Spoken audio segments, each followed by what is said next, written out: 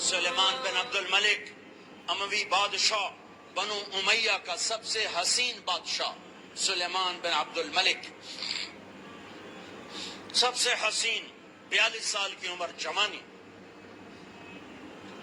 اس کی میت کو قبر کے قریب کیا گیا تو ہلنے لگا.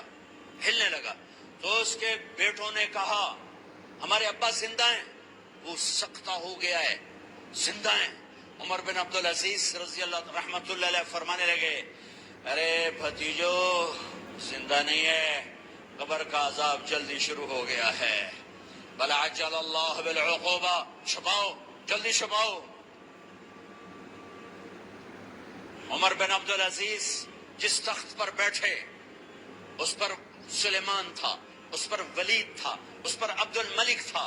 ان تینوں نے اپنے من کو راضی کیا، عمر بن عبدالعزیز نے اپنے رب کو راضی کیا.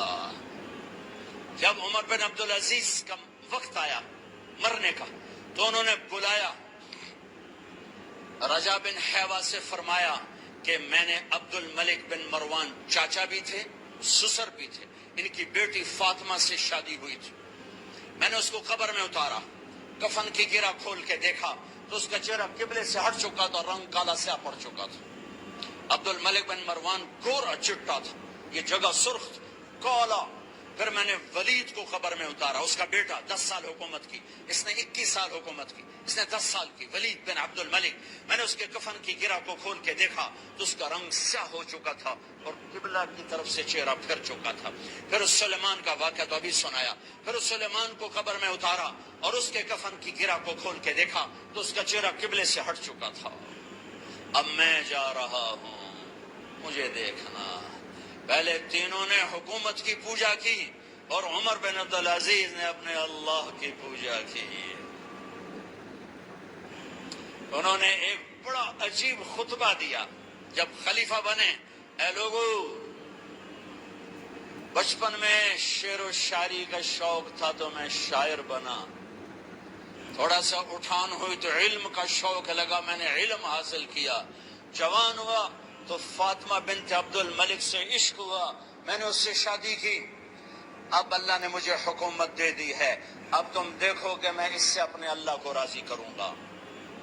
ہمارے حکمران تو ووٹ سے آتے ہیں اور چلے جاتے ہیں 4-5 سال کے بعد، ان کی وراثت میں حکومت آ رہی ہے اور 3 بر اعظم پر حکومت ہے اور ایسا دھوب دبدبہ ہے بنو امیہ کا، کوئی ان کے سامنے سر نہیں اٹھا سکتا.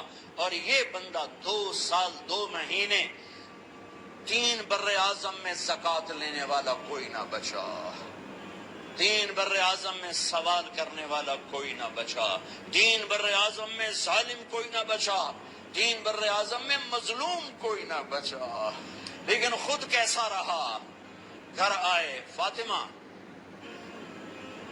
بڑے اچھے دن گزرے ہیں، اب امتحان ہے، میں تیرا حق نہیں ادا کر سکوں گا، طلاق لینی ہے میں حاضر ہوں، ساتھ دینا ہے تو میرے اپنے حق معاف کرو، اپنے حق معاف کرو.